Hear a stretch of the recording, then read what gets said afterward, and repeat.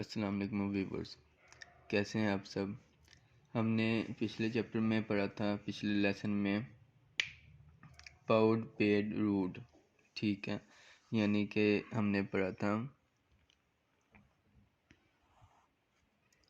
पाउड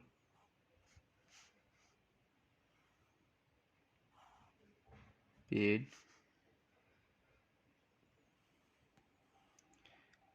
root और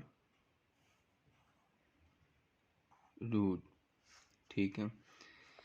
आगे हम पढ़ेंगे आज लेसन नंबर 3, जिसमें मैं आपको आपके वावल्स कंप्लीट करवाऊंगा और कल इंशाल्लाह हम सब वावल्स की एक बार प्रैक्टिस करेंगे और फिर आगे चलेंगे।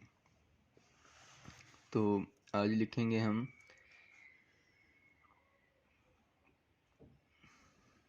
P L, ठीक है।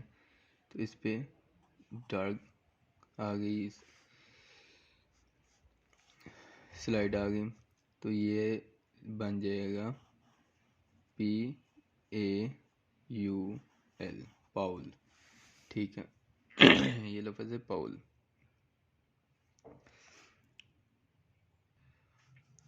पाउल उसके बाद हम लिखेंगे PL, ये हल्की डैश। अब डैश में दो तरह के काम हैं, ठीक है। इसमें अभी ये गौर करें कि मैंने ये लाइन से ऊपर लिखा, लाइन के साथ टच नहीं है, लाइन से ऊपर है। इसी तरह ये अभी ये लाइट है, ये डार्क है, डार्क है, तो हमने इसको पाउल पढ़ा, यानी कि थोड़ा सा मुंह भर के पढ़ा। अब ये अगर लाइट आ गया और आखिर पे यहाँ पे डॉट आ गया लाइट, ठीक है, लाइट डैश लाइट डॉट, तो हम इसको ये गौर करिएगा इसको किस तरह पढ़ना है। ये तो अब आपको पता है पी, और ये जो सा लाइट में आ जाएगा तो ये PO, ठीक है, लाइट हो गया, ठीक है। आगे L और ये सारा डॉट लाइट डॉट है, ठीक है। तो इसको हम लिखेंगे L, और ये जो Y, ये छोटा है ना डॉट ब्रिक, इसको Y, तो ये आ गया पोली, ठीक है। एक बार फिर से मैं आपको लिख के दिखा देता हूँ, PL, लाइट डैश और लाइट डॉट, ये पोली, ठीक है। उसके बाद आगे लिखेंगे हम KL, ठीक है। KL ये दोनों फर्स्ट प्लेस हैं, ठीक है, ये थर्ड प्लेस आ गया, फर्स्ट और थर्ड दो हो गए। अब ये सेकंड प्लेस में आ गया डार्क में, ठीक है। तो ये हो गया कोल, COAL, कोल। अब मैंने आपको पहले भी बताया कि अगर सेकंड प्लेस पे वावल आएगा और थर्ड प्लेस पे आएगा, सेकंड में आएगा तब भी इसको ज़रा नंबर करके बोलेंगे, और जब थर्ड पे आएगा तब भी थोड़ा सा नंबर करके बोलेंगे, और फर्स्ट पे आएगा तो उसको मुंह भर के बोलेंगे, ठीक है। अब आगे यही है KL, लेकिन अब इसमें एक फ़र्क है, ये लाइट डैश है। अब ये लाइट डैश आ गई तो इसको क्या हम पढ़ेंगे, कुल। अल्फाज पे अब गौर करें, मैं फिर से अल्फाज बोलता हूँ, अब उस पर गौर करें शुरू से कि बराबर कर रही हूँ। अच्छा, शुरू से हम पढ़ेंगे दोबारा से कि पाउल। अब अल्फाज पे आपने गौर रखना है कि ये क्या है, पाउल। पाउल यानी कि मुंह भर के मैं पढ़ूँ, इसको उर्दू में भी लिख देता हूँ पाउल, ठीक है। तो ये मुंह भर के बोलें पाउल। अब आगे डबल वावल है, सिंगल वो सिंगल वावल था, ये डबल वावल है, इसको भी आपने गौर में रखना है कि डबल वावल और सिंगल में किस तरह उसको रीड करेंगे। अब ये डबल वावल है तो इसको हम लिखेंगे पोली। पोली किस तरह, अब ये कई दोस्तों को सवाल भी होगा कि पोली किस तरह हो गया, ठीक है। तो ये देख लें कि दोनों ही वावल लाइट हैं, ठीक है, दोनों ही वावल्स लाइट हैं, इसलिए उनकी आवाज़ तो बिल्कुल ही लाइट आएगी, वो बिल्कुल भी मुंह भर के या भारी या लंबी खींच के नहीं आएगी। और दूसरे नंबर पे ये कि जो खाली लाइट डैश है ना वो सिंगल वर्ड को शो करती है, ठीक है, जैसा ओ हो गया, ए हो गया, डब्ल्यू हो गया, वो सिंगल वर्ड को शो करेगा, ठीक है। और जो ये डॉट, लाइट डॉट, ये आई ई एल इनको शो करेगा। अगला वर्ड आ गया कोल। अब इसको अब गौर से देखें तो ये कोल यानी कि इसको थोड़ा सा खींच के बोले हैं, ठीक है, कोल, और थोड़ा सा खींच के बोले और थोड़ा सा मोटा करके बोले। आगे आ गया कुल। कुल को हमने खींचा नहीं ज़्यादा, लेकिन हल्का से खींच डलती है, अगर इसके अल्फाज पे गौर करें, लफ्ज़ पे गौर करें तो हल्की सी खींच डलती है, कुल, कुल, ठीक है। तो ये कुल इस तरह लिखा जाएगा उर्दू में कि यानी कि कुल, cool, cool, call, call, cool, coal, cool, यानी कि इसमें ये फ़र्क आता है कि जब सेकंड, मैंने अभी शुरू में बताया था first place, second place, third place, ठीक है, यानी कि एक मैं आपको एग्जांपल देता हूँ कि ये पी है, ठीक है, सबसे ऊपर यानी कि पी ऊपर से नीचे को आता है तो इसका फर्स्ट प्लेस होगा ऊपर की तरफ, सेकंड प्लेस होगा दरमियान में, मिड में, थर्ड प्लेस होगा इसका लास्ट वाला पॉइंट जो लाइन के साथ टच हुआ है।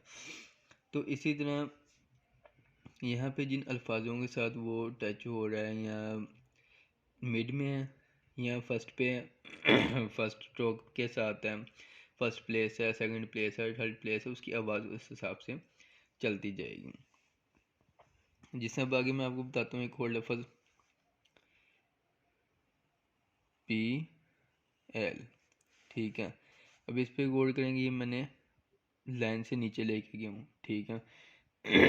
लाइन से नीचे गया जाने की वजह से अब इसकी फिर आवाज़ चेंज हो जाएगी, ठीक है, इसकी आवाज़ फिर से चेंज हो जाएगी लाइन से नीचे जाने की वजह से। अब इसके एंड पे ये हैवी डॉट आ गया, ठीक है, जब ये हैवी डॉट आ गया तो ये पील, पिल। अब आपने ये भी सोचना होगा कि यार लाइन से ऊपर था तो उसका कुछ और आवाज़ है, अब लाइन से नीचे आ गया तो ये आवाज़ कैसे है, ये हालांकि वावल वही है, वावल थर्ड प्लेस है इसमें, यानी कि आपके अंदाजे के मुताबिक आवाज़ खींची जाएगी, ठीक है। लेकिन जब हम वर्ड को लाइन से नीचे ले जाते हैं और फिर ऊपर लेके जाते हैं यहाँ पे, तो फिर ये जो प्लेस है ना थर्ड प्लेस, फर्स्ट वर्ड की थर्ड प्लेस, इसकी वजह से आवाज़ ब्रीक हो जाती है, ठीक है, इसकी वजह से आवाज़ ब्रीक हो जाती है। तो ये हम लिखेंगे पिल, ठीक है। उसके बाद हम लिखेंगे फिर से इसी वे में और लाइट डॉट, तो ये लिखा जाएगा पिल। अब ये देखें इसमें इन दोनों में क्या फ़र्क है, फ़र्क ये है कि आवाज़ इसकी भी खींची जाएगी लेकिन लाइट वेव में, लाइट वेव मतलब मेरा ऐसा कि मुंह भर के नहीं, हल्का सा, यानी कि उसको खींचेंगे हल्की आवाज़ में। क्यों? क्योंकि ये देखें ये पी एल हमने लिखा है, ये हैवी डॉट लगाया, इसको खींचेंगे किस तरह, इसके लफ्ज़ पे गौर करें, पी डबल ई एल, पील, ठीक है, और ये लाइट डॉट है तो ये इसमें आई कितनी दफ़ा, एक बार। तो इसको कितनी बार पढ़ेंगे, किस तरह पढ़ेंगे, पिल यानी कि छोटा हो जाएगा। ये थोड़ा सा खींच के बोलेंगे, ये छोटा बोला जाएगा। हालांकि अगर थर्ड प्लेस वावल हो तो उसको थोड़ा सा खींचा जाएगा, चाहे वो डार्क है चाहे वो लाइट है। लेकिन कंडीशन आ जाती है फर्स्ट वर्ड की स्ट्रोक की भी, कि वो स्ट्रोक थर्ड प्लेस पे है यानी कि नीचे है। ये स्ट्रोक्स भी प्लेस वाइज हैं, ठीक है। स्ट्रोक में प्लेस कैसे हैं, ये फर्स्ट प्लेस है पी, ये सेकंड प्लेस है पी, और ये थर्ड प्लेस है पी। मीन्स के ऊपर की लाइन और नीचे की लाइन से ऊपर और ऊपर की लाइन से थोड़ा सा नीचे रख के लिखें तो वो फर्स्ट प्लेस होगा, दरमियान में लिखेंगे वो सेकंड प्लेस होगा, और थर्ड प्लेस ये होगा, ठीक है। और जब हम थर्ड प्लेस को ऐसा लिखेंगे तो वो लाइन से नीचे लेके जाके फिर ऊपर लिख के आएंगे, ये थर्ड प्लेस होगा इसका लिखने में। तो इससे आगे हम लिखेंगे अब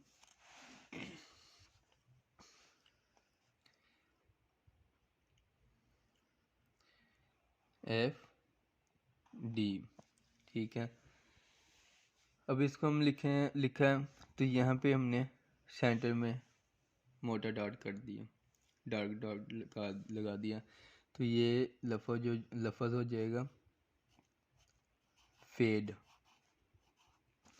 फेड, ठीक है।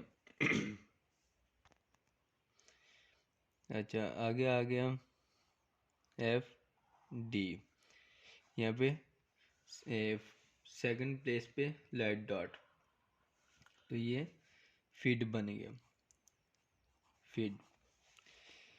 फेड और फीड में बड़ा फ़र्क है, ठीक है। मतलब फेड है तो अगर हमने मोटा डॉट लगाया है तो आवाज़ भर के, मुंह भर के बोलना है। इंग्लिश की स्पेलिंग मुकम्मल रहेंगी, इंग्लिश की स्पेलिंग में कोई इसमें जो सा ना नहीं आएगा, फ़र्क नहीं आएगा। अगर आप ये समझते हैं कि इंग्लिश के स्पेलिंग्स में फ़र्क है तो नहीं, वो सेंटेंस के हिसाब से ही होंगे, जो प्रॉपर चैनल है उसके हिसाब से उसके स्पेलिंग्स पूरे होंगे, ठीक है। उसके बाद आगे हम लिखेंगे रे डी, ठीक है। इसके सेंटर में डैश आ गया तो ये बन गया रेड, ठीक है, रेड। अब इसको मुंह भर के बोलने के लिए ये लफ्ज़ अंदर इस्तेमाल हुआ, और ये वैसे भी स्पेलिंग है यानी कि इंग्लिश के भी हैं, लेकिन मुंह भर के बोलने के लिए इस्तेमाल होते हैं, इसलिए रेड ए आई इस्तेमाल हुआ अंदर। मुकम्मल लफ्ज़ इसका बन गया red, A R A I D, red, ठीक है, रे डी, ठीक है। इसको अगर हम लाइट कर देते हैं तो ये रेड,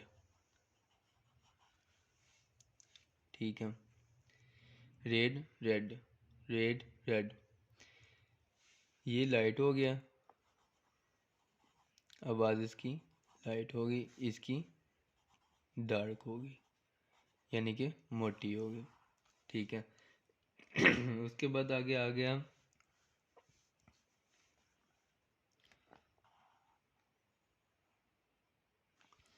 डी एम, ठीक है। तो ये डी एम है, डी एम की सेकंड प्लेस पे मोटी डैश यानी कि डार्क डैश, तो ये बन गया डैम, ठीक है। उसके बाद डी एम दोबारा लिखेंगे हम। अगर इस पे हम लाइट डैश लगाते हैं तो ये डम,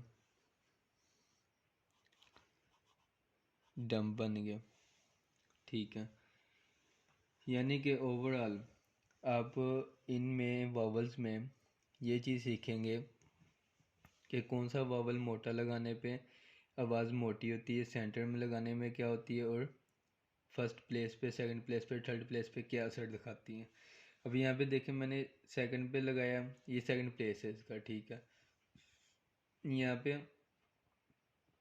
थोड़ा सा मुंह भर के और थोड़ा सा खींच के बोला, उसके बाद लाइट डॉट आ गया, तो इसमें छोटी आवाज़ में बोला यानी बड़ी आवाज़ में बोला। उसके बाद डार्क डैश आ गई, तो उसको ज़रा भारी आवाज़ में करके बोला खींच के। लाइट डॉट में डैश में लाइट आवाज़ में बोले, डार्क डैश में मोटा करके, और फिर लाइट में लाइट करके। यानी कि हल्का और तेज़ करने का प्रोसीजर इसमें कि आपने हल्की आवाज़ को कैसे पहचानना और मोटी आवाज़ को कैसे पहचानना। तो आज के लिए इतना ही काफ़ी है, बाकी हम कल मिलेंगे न्यू लेसन के साथ। अपना ख्याल रखिएगा, अल्लाह ताला आपको अपने हिफ्ज़-ए-मान में रखे। अल्लाह हाफिज़।